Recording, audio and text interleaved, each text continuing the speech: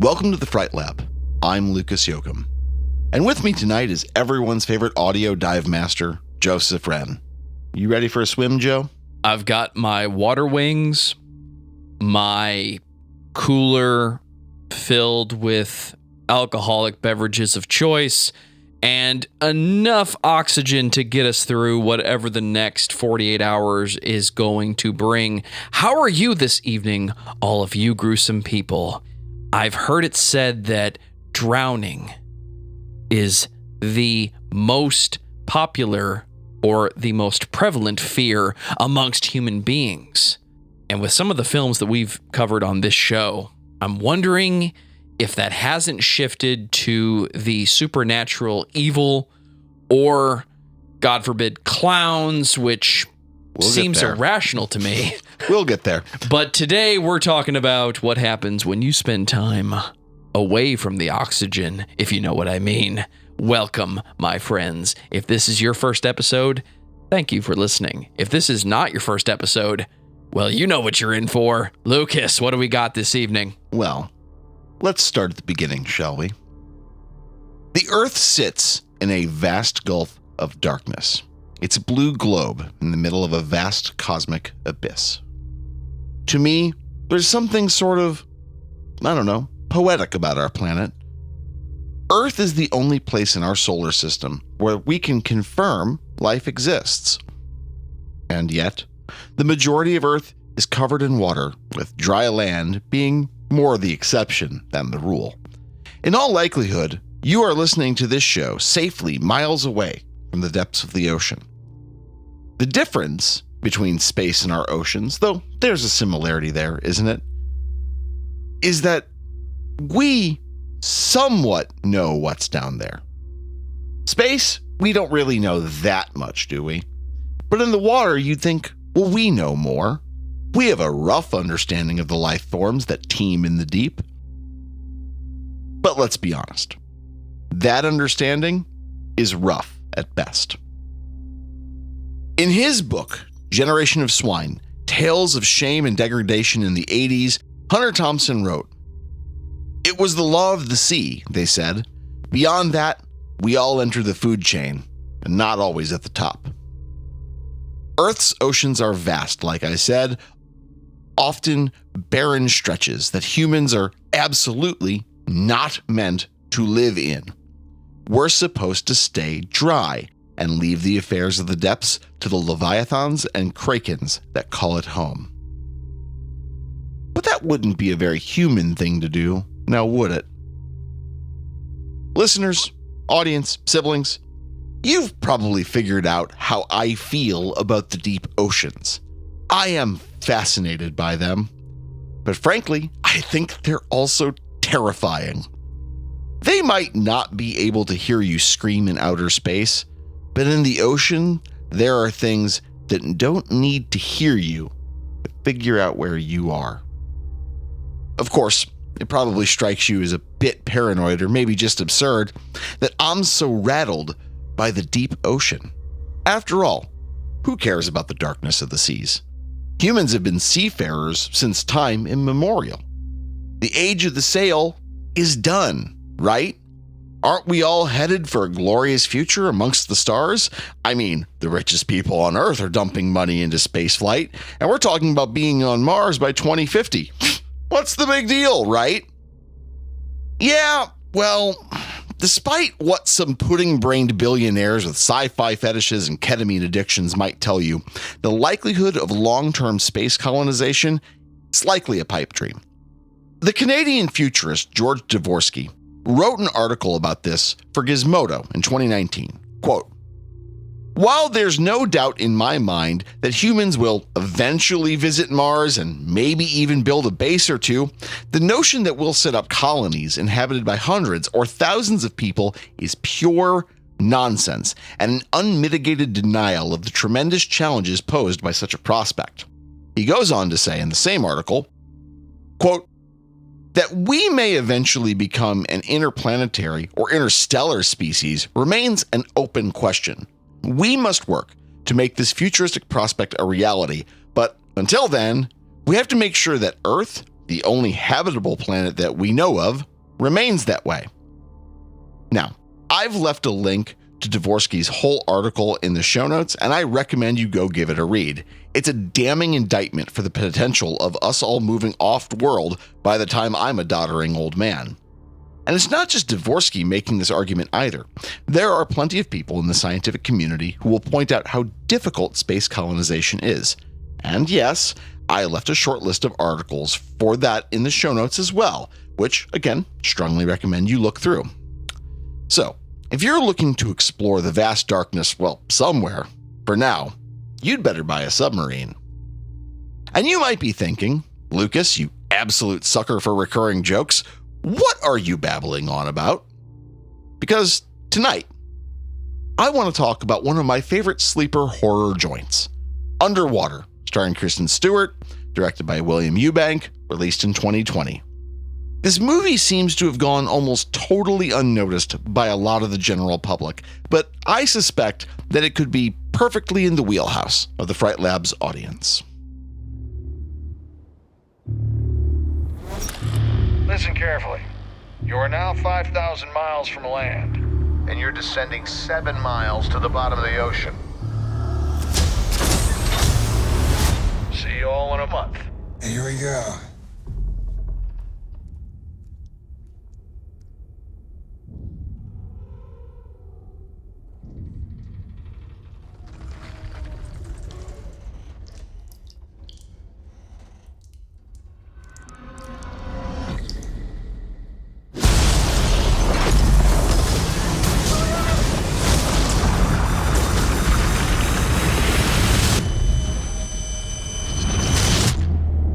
On a scale from 1 to 10, how bad's my rig? 10. We drilled to the bottom of the ocean, and we don't know what came out.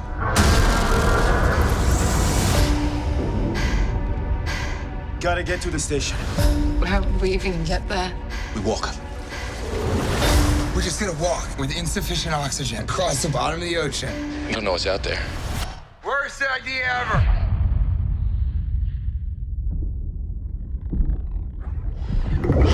What was that? Turn your lights off.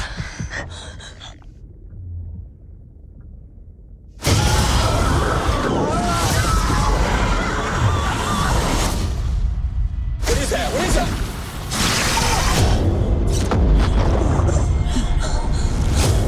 What is happening? There's something following us.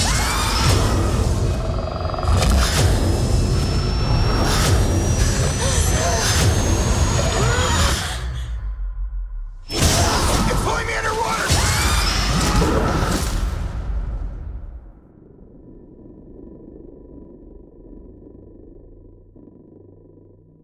It's the year 2050, and the drilling rig Kepler sits 7 miles beneath the ocean's surface. They've been drilling into the Mariana Trench, and something has noticed. In the blink of an eye, the station suffers a massive, catastrophic rupture, seemingly killing most of its inhabitants. Now a small team of engineers and deep-sea experts must make a wild, nearly suicidal attempt at escaping to the surface. They already know how dangerous this environment is. But can they imagine the nightmares waiting for them in the dark? Now, I am not spoiling anything for you by saying that this movie is loaded with damp beasties. If you watch the full trailer, it fairly well spells it out for you. So what? Haven't we seen monster movies before? Underwater is just another one of those, only it has a rebreather instead of a spacesuit, right? Well, I think you'll be surprised. Underwater is a deep-sea creature feature, to be sure, a thoroughly modern one, but it's still well within the genre. But I want to argue that it's more than a mere monster movie. Underwater is the exact action, sci-fi, horror genre bender that you never knew you needed. It's somehow a popcorn flick and a very thoughtful examination of isolation and fear of the unknown. As well, Underwater is the sort of movie that gets movie stuff right. A blend of live action, special effects and stunts, skillfully used CG, and old school horror tropes played well. So let's ask some questions. What is Underwater really talking about? And why is this movie so genuinely unnerving? I think we need to make an examination of one of horror's great dying arts, the creature feature. So, get your diving bell ready. We're going for a swim. Jason Hellerman from the NoFilmSchool.com website describes a creature feature as, quote, a subgenre of horror and science fiction that revolves around the presence of a monster or creature as the primary antagonist. These creatures can range from fantastical beings like werewolves and vampires to extraterrestrial beings, mutated animals, or entirely new, unique creatures created specifically for a film or television show. The creature feature encompasses a wide variety of stories, settings, and monsters. However, the central focus on a non-human antagonist is what sets this subgenre apart from other types of horror films and shows, end quote. Hellerman's article is a thorough summation of what a creature feature is, and to an extent, what they do as a film genre. Of course, there are links in the show notes if you want to read the article, and I suggest you do. Underwater is a creature feature, but it's more than that. One of the frustrating things I found in reading other reviews of Underwater is that this movie has this weird stigma around it. It's an insistence that Underwater was essentially ripping off Alien. And frankly, I don't see it. I think it comes from the use of isolated spaces and structures with hostile beasties around it or in it. But there's plenty of horror flicks with similar issues. Would you call the remake of The Woman in Black with Daniel Radcliffe an Alien ripoff? There's spooky stuff, an isolated house, and its place in nature is dangerous to humans, right? But no one's going to make the claim, right? Two different movies. Where Underwater deviates from that formula and does so brilliantly is the illustration of what a hostile environment the Mariana Trench is for humans. The Smithsonian did an amazing and short write-up explaining the depth of the Mariana Trench, saying, it has a depth at a maximum of 11 kilometers, around 7 miles, and is almost 5 times wider than it is deep. The Mariana Trench is deeper than Mount Everest is tall, and anything living there has to survive the cold water and extremely high pressure. Unquote. Okay, so that's the first issue that a hypothetical drilling rig and its community would have to manage. Any damage to the supports and the pressurization of the rig could quickly become catastrophic, which is precisely how the movie starts. So now you have the most extreme environment on the planet. Anything not evolved to be in that environment is on borrowed time at best. And the equipment that our protagonists have to mitigate that threat is kind of always at risk of failure. Okay, now combine that with the actual horrors waiting for them in the darkness. It's a double threat of a film. Sure, a kaiju flattening a city is scary, right? But what if just being outside, even miles away from that kaiju, means a death sentence? Creature features, to me, feel like a throwback to a former time. I think horror flicks that prominently feature monsters have a certain naive quality. Do we need aquatic horrors or giant animals? I mean, we have serial killers, environmental disasters, rampant oligarchy, and a 1980s fashion and music revival every 15 years. Who the hell needs monsters? Seriously, in a post-Charles Manson world, isn't man the real monster? Without getting into the Mark Fisher hauntology lost futures of it all, I would argue that we need creature features more than ever.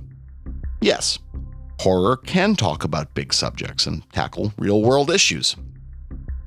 But sometimes, a slimy, hideous monster is able to help us confront our fears. And, let me make this argument, horror doesn't have to say anything either. Yes, Underwater is a very modern movie, with its quiet indictment of oil drilling, fracking, and how it isolates its employees. But sometimes, you need something that is scary, just because it's scary. Get this, Joe, I want you to open your mind real wide, okay? Horror can be fun Of course it can. Now, in my opinion, that's something that a creature feature can do more skillfully than any other subgenre. Creature features help us tap back into that more naive, less jaded type of horror, where horror movies get a little closer to action flicks. Creature features allow us to just have some fun. They touch on the absurd in a way that other types of horror seemingly can't imagine. Case in point. Joe, have you ever seen Night of the Lepus? Let's see what this is. I'm interested just by the name. Please do.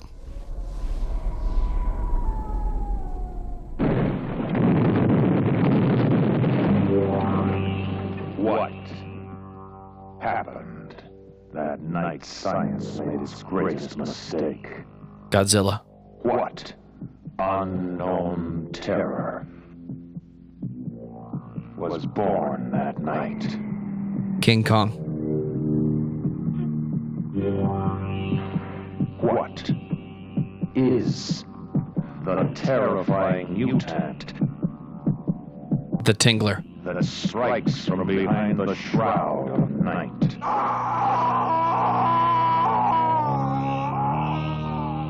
That night. That night of the Lepus. A night of total terror. More All right. I love it. Okay, I Joe, love- what is Night of the Lepus about? It appears to be a giant killer rat of some kind, I'm guessing. Let's try again. You're close. Night of the Lepus. I feel bad even spoiling this movie because it is so magnificently bad. Night of the Lepus is about giant killer mutant rabbits.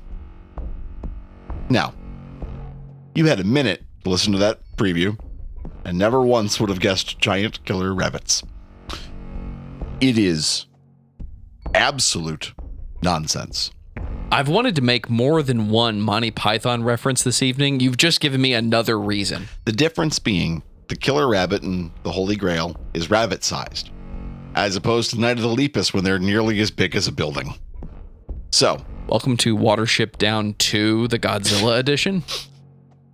all right, this movie exists. Night of the Lepus exists. It's bizarre, but the best part of the movie is that it's played totally straight. It is definitely, and yet somehow doubtfully, improbably, a creature feature. Is it any good? Like, is it a good movie? No. Sort of. It's a ridiculous mess of a movie with an insane plot and bizarre action. The creature feature subgenre, in my opinion, is really appropriate and approachable here. It can take this stupid idea and make a movie out of it that is, if not scary, which it's not, and if not good, which it's mostly not, it can at least make a sincere creature feature out of it. I challenge you to find another genre that could take an idea that harebrained, no pun intended, and make it work, just in a technical level. When did you come to understand the concept of the creature feature? I think it's been relatively recently, actually. Like, I like monster movies, you know? Don't get me wrong, demonic possession's great and all. Creepy books are fantastic. Serial killers, gotta love them. But there is something so... Again, it's naive. There's something so eye-openingly childish about it. Like, I think we all know deep down that werewolves, in the very literal sense, don't exist. Yeah, they're pretty freaky, though. And I've never seen a werewolf movie that I didn't, on some level, go, man, that's just fucking cool. Like, The Howling. I think it really holds up as a movie. Like, it still works. Is it dated? Yeah, sure. The special effects look a little funny? Yeah, they do. They do now. But it's still really super effective. American Werewolf in London. Absolutely great. American Werewolf in Paris, not so much, but we're going to leave that one alone for now. Good soundtrack notwithstanding. But I think the creature feature thing for me is more something that came as an adult. I think as a kid, for whatever reason, it never registered. But I think really watching the first 3 Alien films really did it for me. And it made me kind of take a step back and think about what it is about horror that's fun. You know, Godzilla, definitely a creature feature. Though its own specialized kind of sub-variety of it, it's still a creature feature, you know? And I think having that as the background helps me to appreciate it more. Because again, Godzilla movies are never really about Godzilla. Well, creature features are mostly about creatures. And I think there's something fun about that. For me, a creature feature is not Alien. It's barely Godzilla. And it's not the Wolfman. Something changes when a monster, which is what I would argue the Wolfman is, similar to Frankenstein and the other classic Universal monsters, becomes a creature feature. To me, a creature feature is not a B movie or a bad movie, but it's very intentionally, there's a giant thing. Sure. Godzilla, 1998, the American Godzilla, that's a creature feature. It's just a bad copy of Jurassic Park. That's a creature feature. Sure. Okay. Godzilla is not a creature feature because Godzilla is the giant monster. It's kaiju. Yeah. Absolutely. The giant claw, creature feature. Terrible because movie. What is it? It's just a giant thing that's coming to kill us. Let's test the outer boundary of this idea. Okay. The Blob. Is that a creature feature? The original or the 80s remake? Either or. See, I think the 80s remake is more of a creature feature. Okay. The original, I'm going to yield there. I think the Blob is a creature feature. Okay, It's cool. just a giant thing that we can't overcome. What about The Thing? That's a monster. Okay. So you're going to call that one a creature feature? I'm going to call that one a monster. Like, that one's not a creature feature to me. Interesting. It's a horror movie about a monster. It's more like Frankenstein than it is about giant thing coming to kill me. Okay. Night of the Lepus. Clearly, giant thing. Tremors. That's more of a creature feature to me. Yeah. Yeah, absolutely. Wow, I hadn't even thought about Tremors. Man, you know, I don't think enough about Tremors.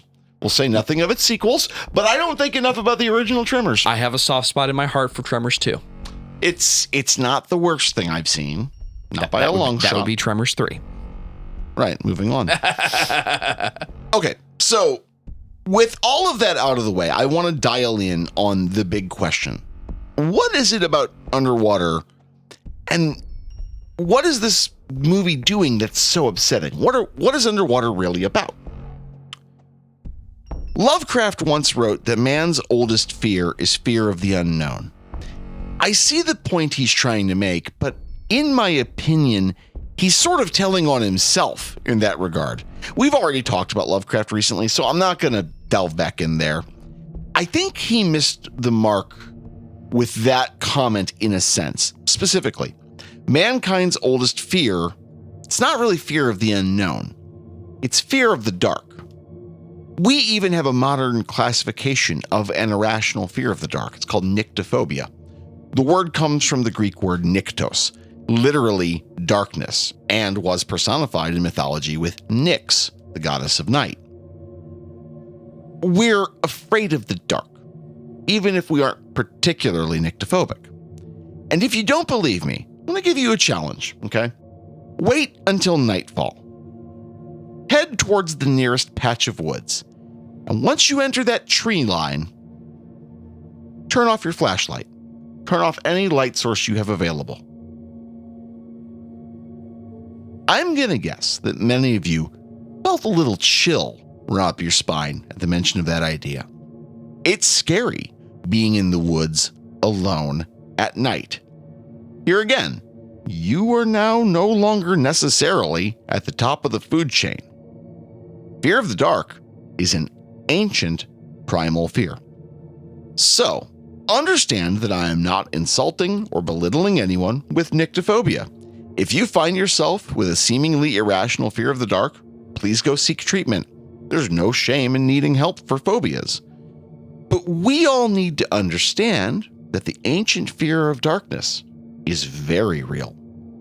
And what's worse, knowing what is actually out there or not being able to guess what's out there. Underwater takes that fear and it dials it up. The darkness of the deep ocean, it's deep and it's dense. It is full of living threats and, worse still, is part of an environment that will easily and brutally take your life. You aren't supposed to be there. Humans weren't meant for the abyss. And yet, we still go diving. Too deep, becoming too greedy, and summoning a Balrog that even Gandalf would struggle to banish. So yes, I really like underwater. I think it's a lot of fun, has a lot of great qualities. But you might be wondering, why haven't I heard of this movie before? Frankly, I was wondering that too when I first saw it. It was streaming on Max, I think, and I watched it on a whim with my girlfriend one night. How had I missed it? This movie's fun. Everyone should be talking about it. Okay, so watching the movie, you might imagine that Underwater was something of a troubled production. The sheer amount of live action and practical effects were demanding on the cast. Kristen Stewart, who plays our protagonist Nora, was especially daunted by the amount of time she spent, well, underwater. It seems that she wasn't made fully aware of the amount of practical effects being used in the film and had to live with her own aquaphobia during the production. And then Stewart's co-star, TJ Miller, had an extremely public fall from grace due to some absolutely fucked up behavior that I won't go into here. If you're really interested, you can look it up. It's not pretty. The movie also languished in post-production hell, with the film basically sitting on a shelf from 2017 until its eventual release at the beginning of 2020, right before the coronavirus pandemic really kicked off. Bad timing, to say the least.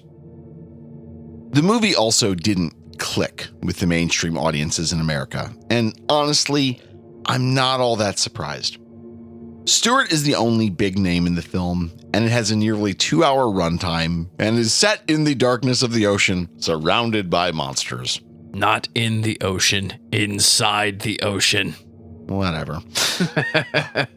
That might be a recipe for Fright Lab success, but not something that's going to get you an Oscar. I'll spare you the dramatic reading of disappointed IMDB comments. Joe, you are spared from breaking out the harpsichord in this episode as well. But the recurring sentiment that I have found for this movie is that it's basically just a B movie that's ripping off Alien, or that it's somehow just missing some imagined mark. And I have to ask, how so? How is this movie, with tons of practical effects, solid cinematography, and scares galore, a B movie? You'll have to pardon my frustration here. I would like to think we all know what a B movie is, right? Absolute VHS garbage crap. The stuff that you watch on Sci-Fi at 10 o'clock at night with the worst CGI you've ever seen. Literally Stephen King in the corner going, "It's a lamp monster," to borrow a line. That's a B movie. And we enjoy B movies for how shitty they can be. But even B movies are fun. And this trailer looks too good to be a B movie. Right? You would think, with the amount of time I've spent on this show talking about movies, that we could all just say what a B movie is. You think it'd be right there, right? And listen, I know that I have given you loving synopses of B movies, such as Full Moon features Subspecies, and that was way, way back at the beginning of this whole series. I absolutely adore movies like the original Puppet Master. And as much as I love Subspecies and the original Puppet Master, I also acknowledge that they are B movies through and through. I'm not saying they aren't lovingly made, and that maybe B movies aren't really like their own art form on their own. I think there's something special there. But comparing Underwater to any of the latter-day films from Full Moon, or God help us, the fucking asylum, I have to balk at that. I think that the label of B-movie comes from the best part of the film, that it's a creature feature. Sure, a relatively intelligent and visually fascinating creature feature, but it's a creature feature nonetheless. Here again, I think that there is a level of casual film snobbery that pervades our space now. And yeah, I get it. I know how that sounds coming out of me. I get that I'm kind of a film snob. We might be able to allow It Follows or Midsommar a pass as a quote-unquote elevated horror, but something with just plain old monsters, I think that far too many exponents of what might be considered like hot cinema will just turn their nose up at that. But I know that our audience, my siblings, my beloved Fright Lab types, they're on top of stuff, and they're not too good for a monster movie. The creature feature is clearly a valuable, valid cornerstone of horror. It's a big tent, right? And in the case of Underwater, a perhaps soaking wet tent, but still big enough for the creatures of the dark oceans.